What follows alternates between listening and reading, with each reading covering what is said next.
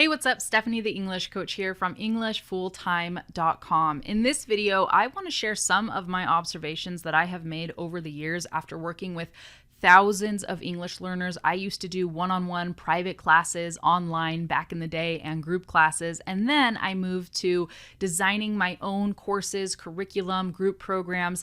And at this point, I have worked with so many students from around the world. And then, of course, every time I meet someone who is a non-native English speaker, I pay a lot of attention to how they speak English. And sometimes I'm able to ask questions about their background, how they learned English, etc. And that has helped me understand some things and make some observations that I want to share with you today. Now, I will say, take it all with a grain of salt because these are generalizations that I have observed and you might find them interesting. But does it mean that they're always true? No. Does it mean that it 100% applies to you? No. So take it with a grain of salt, but I just think that these observations I've made over the years are really interesting, and so I want to share them with you today. Okay, so my first observation is that students who read more have better vocabulary.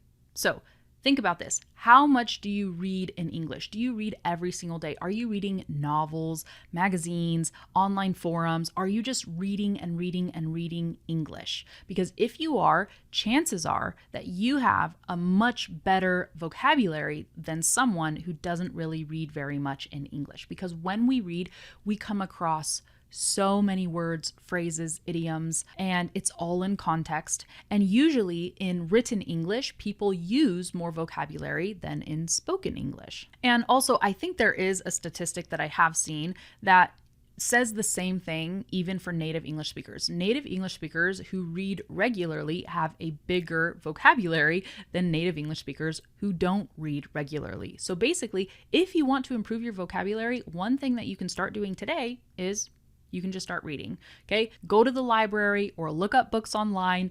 Do something where you can actually read and see the words. I don't know if this is the same for listening, okay? I don't know if it works the same way, if our brain learns vocabulary the same way. I have not looked into this, but basically reading is very powerful. So you could read a little bit or a lot every day, and this will automatically start improving your vocabulary. Okay, my next observation is that students who do traditional English classes and several years of traditional English classes often have better grammar than students who don't do traditional English classes or have only done a little bit. Because what happens in traditional English classes? You study grammar again and again and again and again and again, year after year after year after year. So the students who do traditional English classes and many years of traditional English classes often have better grammar than students who don't study English in a formal setting like that. Now, with that said, I've noticed that people who learn English on their own and don't really go the traditional language learning route and don't do years and years and years and years of traditional English classes, they often sound more natural in English. They use contractions much more naturally. They use connected speech much more naturally. They use English rhythm much more naturally. And I think what's happening here is that when you go the traditional language learning route for English, okay, the language is broken apart and you're taught things in boxes. Like, this is the word I, this is the word you, this is the word he, this is the word she. And nobody ever tells you that often we will drop that H on he and we won't even say it, okay? Or there are certain things about the way we pronounce things in fast connected speech, okay? But because you don't really learn that in the traditional setting, they're so focused on pulling the language apart and then putting it back together, okay? Your English is very grammatically correct, but it doesn't necessarily flow that well or sound as natural. Okay, the next thing that I have observed is that the students who aren't afraid to speak, they sound more fluent, okay? You can actually have excellent vocabulary, excellent grammar, but if you're afraid of speaking, you're going to start stuttering.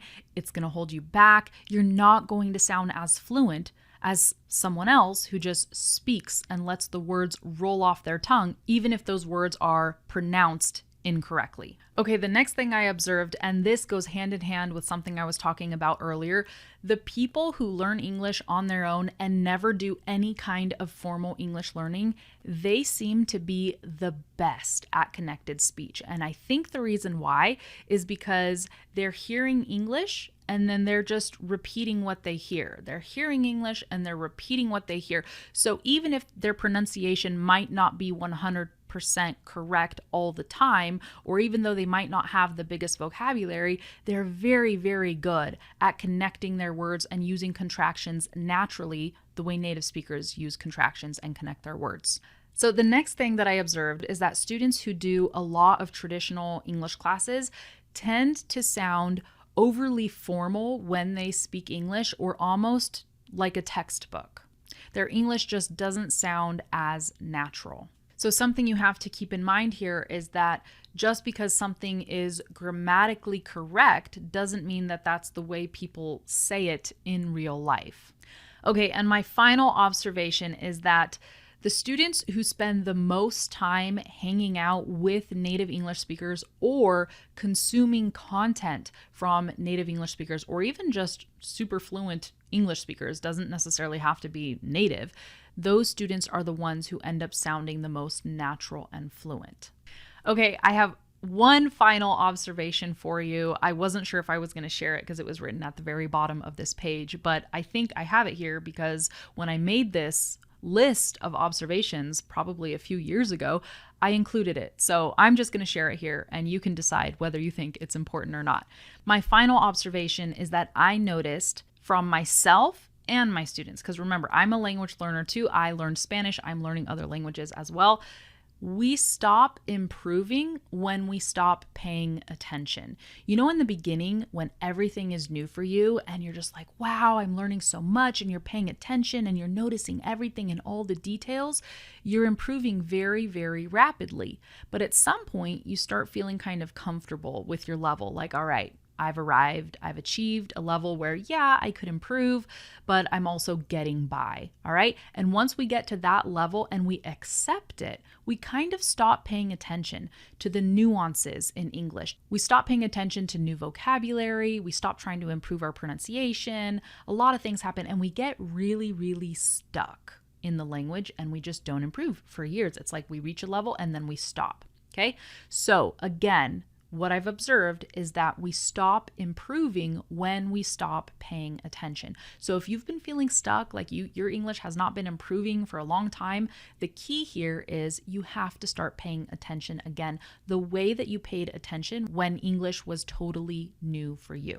Now, if you want help doing this, I have a program that I think you will love. It's called the Daily English Program. And this program is actually designed to help students who have been stuck in their English for years get unstuck and finally start paying attention again and being proactive about their language learning so that they can advance their English and really get new breakthroughs. And we also work on all areas of your English. We work on improving your speaking, your writing, your vocabulary, absolutely everything, okay? It's a very comprehensive program. Now, I will say though that we only open enrollment to this program once or twice a year. So if you want to know when enrollment is open, you do have to be on our email list at englishfulltime.com. And then we will notify you when any one of our programs is open for enrollment. So if you want to be notified, I will leave the link in the description so you can sign up and learn when our programs are open for enrollment. Okay, so that's it. I hope you enjoyed the video. I hope I gave you something to think about. And also, if you have made your own observations over the years, please share them in the comments because I don't want to think that I'm the only one out here making observations, coming to conclusions, and understanding how this works. I know you've made some of your own observations, and I would like to know what your observations are about learning English, okay? And again, yes, these are generalizations. No, they don't apply to everyone, but there's something here for us to learn, okay? There's in every single one of these observations, I know that there's something that you can take away and either connect with or learn from. Okay, so I'll leave it at that, and I hope to see you in another video. Bye.